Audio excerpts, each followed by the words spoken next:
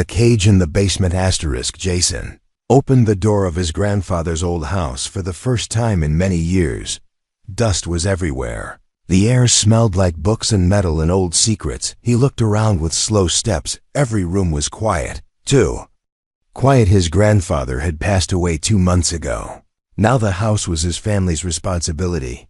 But Jason came alone to clean the place. He was curious, very curious. He walked down the wooden stairs to the basement. Each step made a small creak. Darkness waited below like a quiet beast. He turned on his flashlight.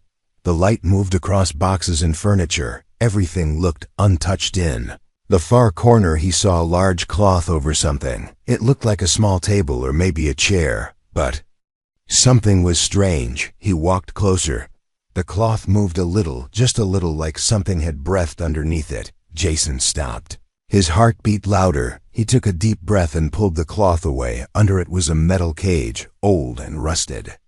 Too small for a person, but something was inside. He saw long silver hair, glowing blue eyes, thin arms. A girl inside the cage. She was not human. Her skin was pale blue. Her eyes were too bright.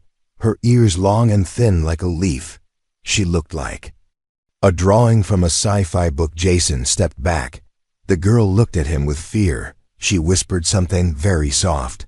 Please, please don't tell them." Jason could not speak. He could not move. His brain tried to understand who was she. Why was she here? Sat inside the small cage. She looked very weak. Her clothes were torn and old. A small light blinked behind her neck. A small chip or device. Jason leaned closer. She didn't move. She just looked at him. Her voice came again, soft like wind. "Are you going to send me back?" Jason said nothing. He looked around. This was real, not a dream. This was something no one had told him about. The girl said, "He used to feed me. Your grandfather, he was kind in the beginning. Then he became afraid." Jason asked, "What are you?" She said, "I don't know the word in your language. I was just a child when I came. I ran, I hid. But he caught me." Jason felt cold. He sat down on the floor. The girl said, "He called me Specimen 9. He studied me, tested my skin, my blood. But he never let me go." Jason asked, "How long have you been here?" She said, "I don't know. I don't feel time like you, but I stopped growing many years ago." Jason looked at the cage. It had strong metal bars, small space. "Too small for someone to live?" he asked. "Can you come out now?" She shook her head. "The chip on my neck, it locks me inside. If I cross the bars, it hurts. It burns." Jason felt anger. He felt sadness. She had lived like this for years in darkness. Alone. He stood up. He looked at the cage. He looked at the basement. Everything now felt different. This house was not just a home. It was a prison. The girl looked at him again. She said, "Don't open it now. If you do, they will know. They will come." Jason asked, "Who?" She said, "The ones watching from above. The ones who left me here." Jason froze. He looked up at the ceiling, as if the sky could hear them. He whispered, "Are they still coming?" She nodded. "They always watch. They wait for me to escape. Then they return." Jason's flashlight started to blink. The light turned dim. A soft noise came from the device on her neck. A beep, then another. Something had been activated. The girl grabbed the bars. Her voice sharp. "You must choose, hide me or free me. But once the cage opens, the sky will change." Jason looked into her glowing eyes, so full of pain and something else, hope. His hand touched the cage door. The lock was old, rusty, weak, but he hesitated. He heard something upstairs, a creak, like footsteps. Jason turned back to the girl. Her voice was almost silent. "Please, not yet. They are listening." Jason could not sleep that night. He sat near the basement door with a blanket around his shoulders. The house was quiet, but his mind was full of noise. The glowing eyes of the girl were still in his head. The way she spoke, the way she looked, like she had never seen sunlight. He had brought her some food before sunset, bread and water. She did not eat like a human. She touched the bread once, then looked at him with a weak smile. He asked her name, but she said she did not have one. He told her his name again, and she nodded slowly. Jason felt like he was in the middle of a story he had never read, like a secret chapter in his family's life. His grandfather was a quiet man, a retired scientist. He always said little and wrote a lot. Jason remembered the locked drawers in the upstairs study. He stood up and went to check them. Study smelled like paper and ink. Dust danced in the air like old memories. He found the drawer and tried to open it. Locked. He searched the desk and found a small iron key. The lock clicked. Inside were papers, old yellow files, drawings of something. Not machines, not animals. Something alive. He picked up a file with the label Subject 9. Inside were photos of the same girl in the cage, but younger, or maybe not. She looked the same. No change in face, no change in size, no change in age. He looked at the dates. 12 years ago, 10 years ago, 7 years ago. Same face, same glowing eyes, same silver hair. She had never grown. Jason's hands shook a little. He read notes written by his grandfather. She does not sleep. She does not eat like us. She speaks slowly but learns fast. She fears light. She does not age. Jason closed the file and took it to the basement. He showed it to her through the bars. She looked at it and said nothing. Then she pointed to one line. The one that said Subject 9 is safe as long as the chip remains active. Jason asked what the chip really did. She said it was not just a lock. It was a signal, a call to her people, but a broken one. A message stuck in time. It called and called, but no one answered. Jason asked how she came here. She said she came in a small pod. It fell from the sky. She was hiding from something. Her people were running. She was one of the last. Her pod landed in the woods near this house. His grandfather found her first, took her in. He asked questions. At first he was kind. Then he became afraid. He built the cage. He placed the chip. He called her a specimen. He stopped talking. He just watched. Jason felt his chest tighten. He looked at her and asked how she could still be alive. She said time does not touch her like it touches humans. Her planet moved slow. Her body did not change fast. She could live hundreds of years without growing old. Jason looked at the cage again. The bars were thin, but the chip kept her in. It made a sound if she touched them. It burned her skin. It kept her weak. She said it also stopped her memory. Some of her past was locked inside it. Jason asked if removing the chip would help. She said maybe, but maybe it would kill her.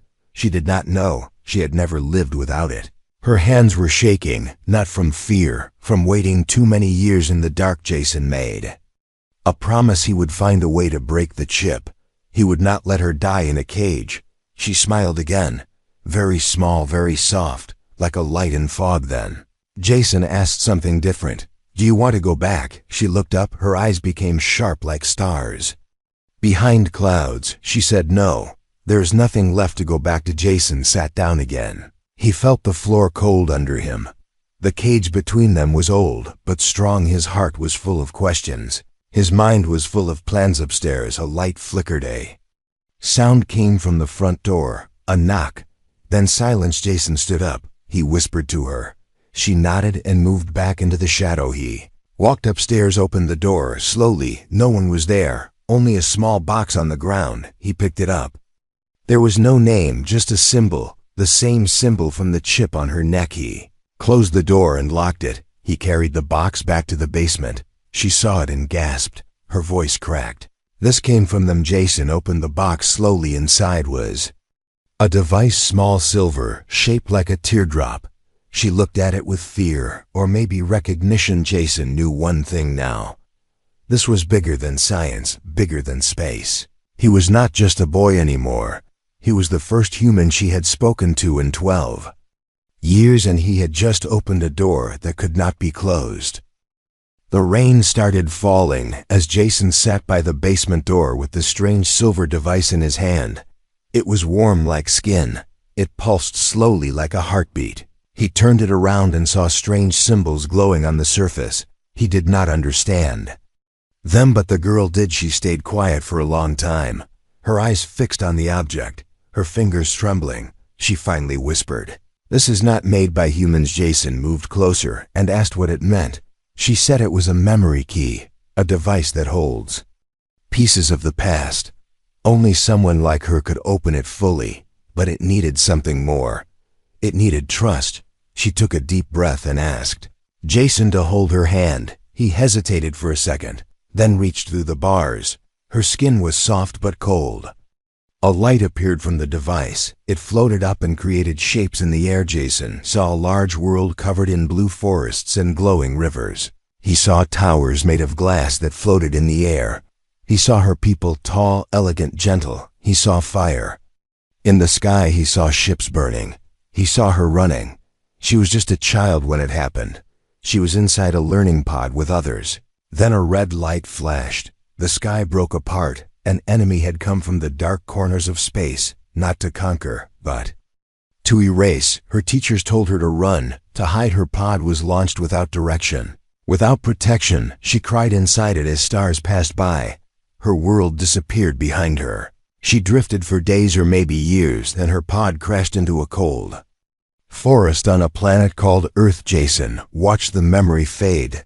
The light returned to the silver device. The girl let go of his hand. She looked tired, not from the memory, but from holding it inside for so long. He asked what happened after she landed. She said animals found her first. Wolves circled her pod but did not attack. She stayed hidden inside until someone came. It was a man, an old man. Your grandfather. At first he was afraid, but then he became curious. He brought her to this house, he asked. Her name, she told him her real name, but he could not say it. He called her Nine. The ninth file in his book of mysteries. He treated her kindly for some time, gave her books, spoke to her, let her sit in the sunlight. But one day he changed. He saw her do something strange. She healed a cut on her hand in seconds. He called it unnatural. He became silent. Then he built the cage. Jason felt pain in his chest as he listened. He asked why she stayed silent for so long. She said she tried to speak, tried to reach out, but the chip on her neck grew stronger. It made her forget her language, forget her powers, forget her name. She touched the chip gently. It hummed again, like it was alive. She said the chip was not just a lock, it was a beacon sending signals into space, but the signal was broken, like a whisper lost in wind. Jason remembered the strange men who came to the house before. They asked questions. They looked through windows. They left without answers, but now he knew why they came. He asked her if her people could still receive the signal. She said maybe, if the chip was repaired, if the device was used, if the message reached far enough. Jason stood up. He walked to a shelf filled with old tools and wires. He started gathering pieces. He had fixed small machines before he knew how circuits worked. He did not know alien technology, but he knew one thing. She needed help, and he was the only one who could give it. Worked for hours connecting wires, following lights. She watched him quietly, sometimes guiding him with a nod or a word. Rain kept falling outside. The basement felt like another world, a hidden place where time moved differently. Like her world, like her life. Finally the device made a sound, a soft chime. A light blinked twice, then stayed on. She looked at it with wide eyes. Her voice cracked. It is ready. Jason looked at the chip, then at her. He asked if she was ready. She nodded slowly. He held the device near the chip. The light touched her skin. A flash of blue light filled the room. She screamed once, not from pain, from release. The chip fell to the ground. She took a deep breath.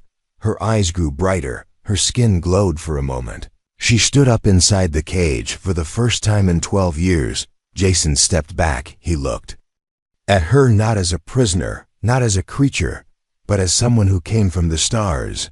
And now she was free. The night sky above the old house was full of clouds. No stars could be seen. Only the sound of wind moved through the trees. Jason sat on the basement floor looking at the broken chip in his hand.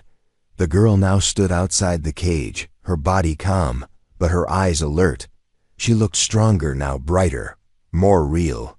She touched the walls of the basement like they were new to her, each step slow and careful, as if the floor might vanish. Jason asked her if she was feeling better. She nodded.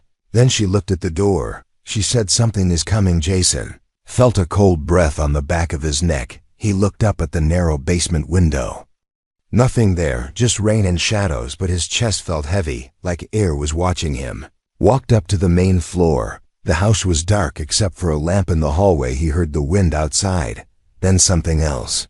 A knock very soft, not like a visitor, like a warning. Jason opened the front door just a little. No one was there, but he saw footprints on the wet steps, heavy boots, not his. Not from this night. He stepped back and locked the door, ran down to the basement. She was waiting. She said the signal reached, but not just her people. Others heard it too. Jason asked who they were. She said they are called the listeners, not human. Not from her world either. They follow signals across space. They collect, they erase. They do not ask, they only come. Jason remembered the men in black suits. They looked human, but something was wrong about them. Their eyes too dark, their smiles too cold. One of them said the signal came from here. But Jason had lied. He had said he knew nothing. Now he knew everything, and that made him a target. Suddenly the basement light flickered, then turned off. Total darkness. Then a sharp flash through the basement window, like a camera, like someone taking a picture. The girl grabbed Jason's arm. She said, "We need to leave now." Jason opened a back panel near the shelves. It was a small crawl space that led under the house. He had used it once as a child. They crawled through the dirt and pipes, the sound of boots above them, slow, heavy, measuring the floor. Reached the edge of the forest behind the house. The girl looked at the sky, her hand glowing faintly. She said, "They are not above. They are around, watching, waiting." Jason asked where they could go. She pointed toward the old shed where his grandfather kept machines. Inside the shed was silence. Old tools and broken wires covered the walls. But in the center was something different, something hidden under a black sheet. She pulled the sheet away. Jason gasped. It was a machine. Not human, half metal, half crystal, round like a giant egg. She said this was her pod, the one she came in. Jason asked how it got here. She said your grandfather kept it secret. He studied it, tried to open it, failed, then buried it. She placed the silver memory key near the keyer. Pod had opened slowly with a soft hum. The inside glowed blue, warm and peaceful. She said, "This pod is my way back, but only if we fix it." Jason looked around the shed. He found a toolbox, wires, small batteries. He had done school projects before. This was different, but he had no choice. She guided him, spoke in soft instructions. They worked like shadows, silent, fast. He connected wires. She powered crystals. Suddenly a sound outside, a knock on the shed door. Not like before, louder 3 times. Then silence. Jason held his breath. He looked through a crack in the wood. Men stood outside, black coats, no faces in the dark, only red lights on their belts. They did not speak, they simply waited. The girl whispered, "They are not human, their skin is fake. Their breath is cold. If they enter, we vanish." Jason asked if the pod was ready. She said, "Almost." He said, "Then we fight for time." He grabbed a metal rod and stood near the door, his heart louder than thunder. The girl sat in the pod, her hand on the control. Crystal, her voice calm. "You gave me hope, now I give you trust." The door shook. A hand pushed it open. Jason swung the rod. It passed through the figure. No sound, only sparks. The figure did not fall. It did not move back. It looked at him without eyes. The girl shouted. Now the pod lit up. The light spread like wings. It touched the figure. It screamed without sound. It faded like dust. Jason fell to his knees. The girl stepped out and helped him up. She looked at him, said, "We must leave, they will return." With more, Jason nodded. He looked back at the house in the distance, the place of secrets, of pain, of courage. They stepped into the pod. The door closed, the light rose, the night sky opened, and the forest fell silent again. The pod moved through the sky like a silent star. No engine sound, no smoke, just light, pure and quiet. Jason sat inside with wide eyes. He looked at the girl, who now seemed brighter than ever. She no longer looked lost. She looked ready. She placed her hand on the crystal panel. A map appeared in front of them, floating lights, lines of stars. A path that curved like a ribbon across the galaxy. Jason asked where they were going. She said, "Not far. Just outside the pull of the Earth, to a station hidden in orbit, a place built by her kind long ago, left behind, sleeping in silence." The pod entered darkness, no clouds, no wind, only the stars outside. Then Jason saw a large ring made of black metal floating in space, silent, still invisible from Earth. The pod entered the ring. The inside lit up soft blue lights along the walls. The air smelled clean. The station was not broken, just waiting. She led Jason through a narrow hallway. Every step echoed. He asked her what this place was. She said it was a memory vault, a place where minds and moments could be stored, where forgotten truth could return. She said the chip in her neck had taken many pieces from her, but some still lived locked deep inside. Jason asked why his grandfather wanted to block her memory. She stopped walking. She said maybe he saw something inside her, something too dangerous or maybe something too precious, so he kept it hidden. They reached a circular room filled with mirrors. In the center was a chair made of light. She sat down slowly. Her eyes closed. The silver device from earlier floated beside her. Jason stood back as the room began to hum.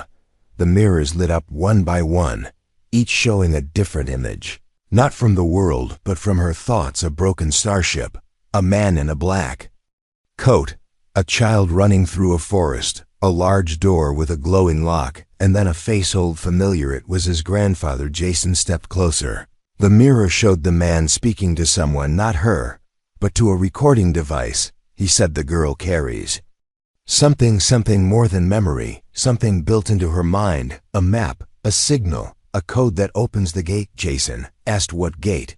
The mirror changed again. Now it showed a giant structure hidden inside a planet, not Earth, something red dead on the outside, but inside it glowed alive. She opened her eyes. She said this is why they wanted her, not just for study, but for the gate, because her kind had sealed it long ago, and she was the last one who knew how to open it. Jason asked what was inside. She said a prison, not for people, but for something dark, something born before stars, something that waits. Jason felt his throat tighten. He looked at her. She looked back. She said the chip was not just a prison for her body, it was a lock for her mind, a way to keep the gate closed. As long as she forgot, the gate stayed sealed. But now her memory was returning, and the gate was listening. Suddenly, the room shook. The lights flickered. Jason looked at the walls. Symbols appeared, not in any human language, but he understood them like a dream you cannot read but still feel. The girl stood up. She said someone else is here. Jason followed her through the hallway. They reached the main deck. A red light blinked on the screen, an incoming signal. She touched it. A voice spoke. It was not human, not angry, not loud, just cold. We see you, we hear the key. She has awakened. Jason stepped back. The girl looked at the stars through the window. She said they have followed the signal. They want the gate open. Because what waits inside is not their enemy. It is their master. Jason said, then we cannot let them near it. She nodded, but said they will try. They always try. They never stop. Jason asked if the gate could be destroyed. She said no, but it can be sealed. Again, stronger than before, but only from the inside. He looked at her. He understood what she meant. She said if I go in and close it from there I cannot return. Jason felt his heart fall. He said there must be another way. She smiled, the kind of smile that carries light and sorrow together. She said maybe you are the other way. She touched his forehead. A flash of memory passed into him. Stars, codes, voices.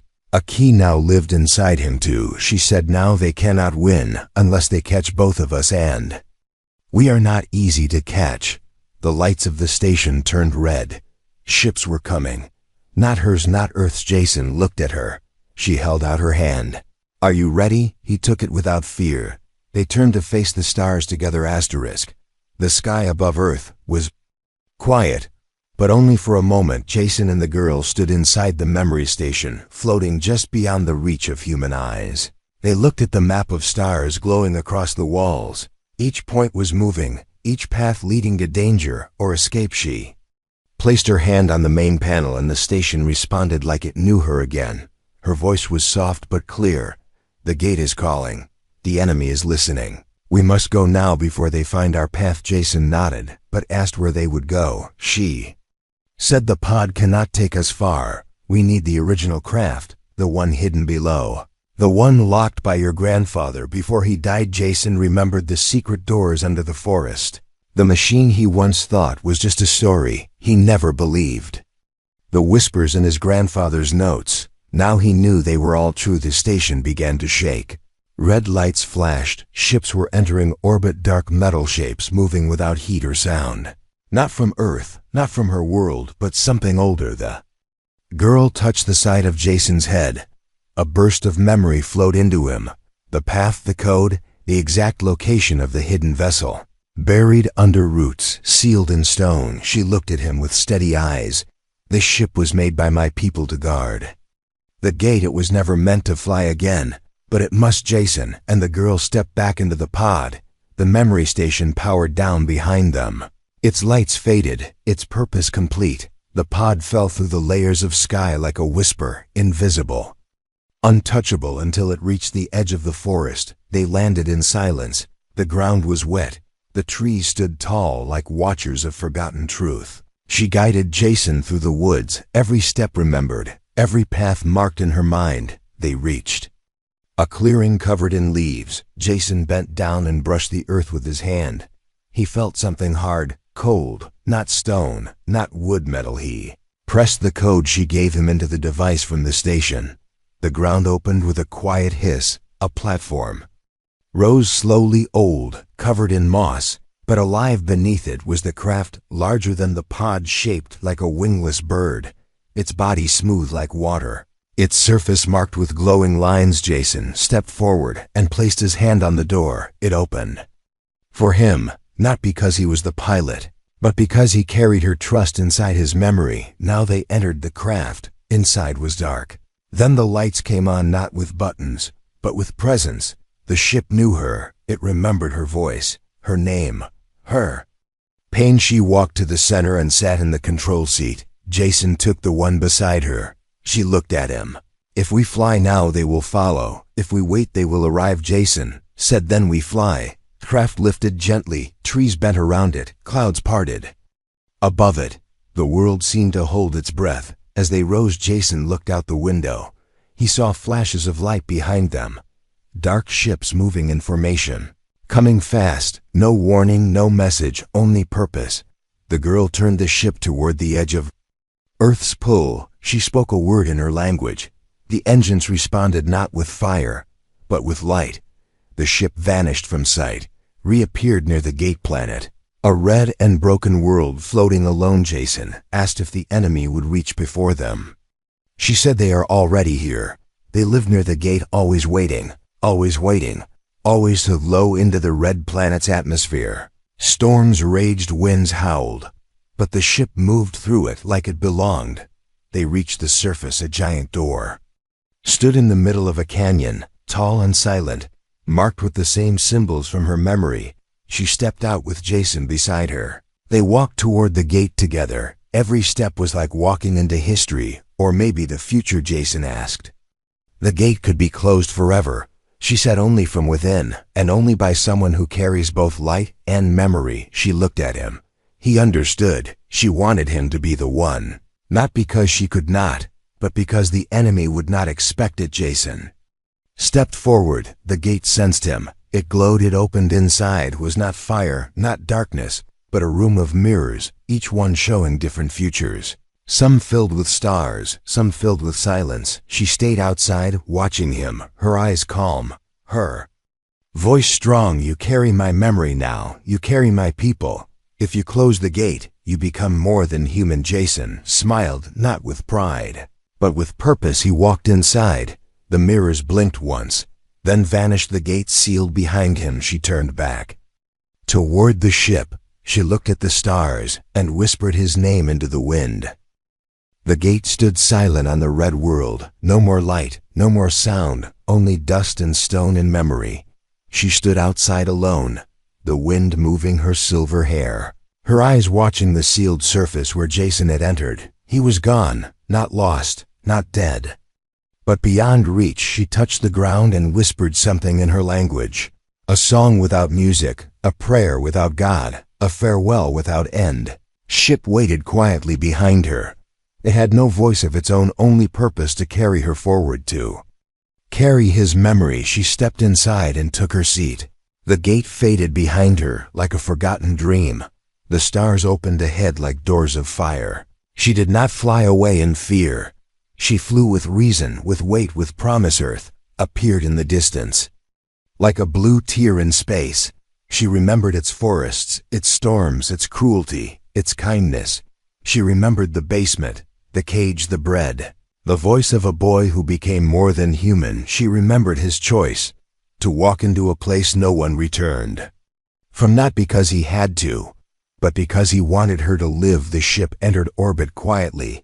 She watched the clouds move across oceans. She watched the cities glow like sparks in the dark. She did not land instead. She opened a signal, a message across all channels, a single sentence in clear voice. He gave his future for your world. Do not waste it. She dropped a small black cube from the ship. It fell through the sky like a star returning home. It landed in a quiet field outside a small town inside. The cube was knowledge, not weapons, not machines, but stories of her people, stories of his bravery, stories of the gate, and the choice that closed it. Governments found the cube first. They tried to break it, tried to hide it, but it opened only for one person, his mother. She touched the cube, and it showed her everything. The girl, the cage, the ship, the choice. She cried without words. She stood for hours in the field, holding the cube like it was her son. The world began to change after that, slow, like ice, but real. People started asking different questions. Not how to conquer, but how to connect. Not what is out there, but who. The girl watched from orbit. She never landed, never walked among humans again, but she listened. 1 year passed, then 2. The night sky remained the same, but people now looked at it with new eyes. One night a bright shape appeared above the city. Not a pod, not a cube, but a ship like a silver wing. Silent, glowing. People gathered in streets. Children pointed, elders prayed. News cameras flashed, but no answers came. Then a voice echoed from the sky, clear, soft. Not a warning, not a threat, a promise. The one you lost is not forgotten. He lives inside the gate, and because of him, you are safe. A figure stepped from the light. She had not aged, not changed, but her presence now carried more than memory. She stood in front of the crowd, eyes filled with stars, and said his name, Jason. The crowd grew quiet. The wind stopped. The world listened. She said, he showed us what humans can become. Not rulers, not invaders, but guardians. He chose silence to protect voices. He chose shadow to protect light. I come not to rule your world, but to remind it kindness is not weakness, hope is not foolish, sacrifice is not loss. She placed her hand on the Fidka ground. A tree grew in seconds, its leaves silver, its roots glowing. She said, this is a seed of our world. It will grow only if protected. It will die if poisoned, just like peace. Then she stepped back into the ship. The light rose into the sky and vanished. People did not speak at first. They just watched the sky. The tree remained. It grew slowly. Its light never faded. And every year on the same night, the same ship appeared for 1 minute, then disappeared again. Some say she comes to visit his memory. Others say she guards the gate from afar. But those who knew the story, those who touched the cube, those who believed, they said something else. She will return, not as a savior, not as a queen, but as a friend, because once in the silence of a basement, a human boy looked into alien eyes and chose courage. The stars remember, and so will we.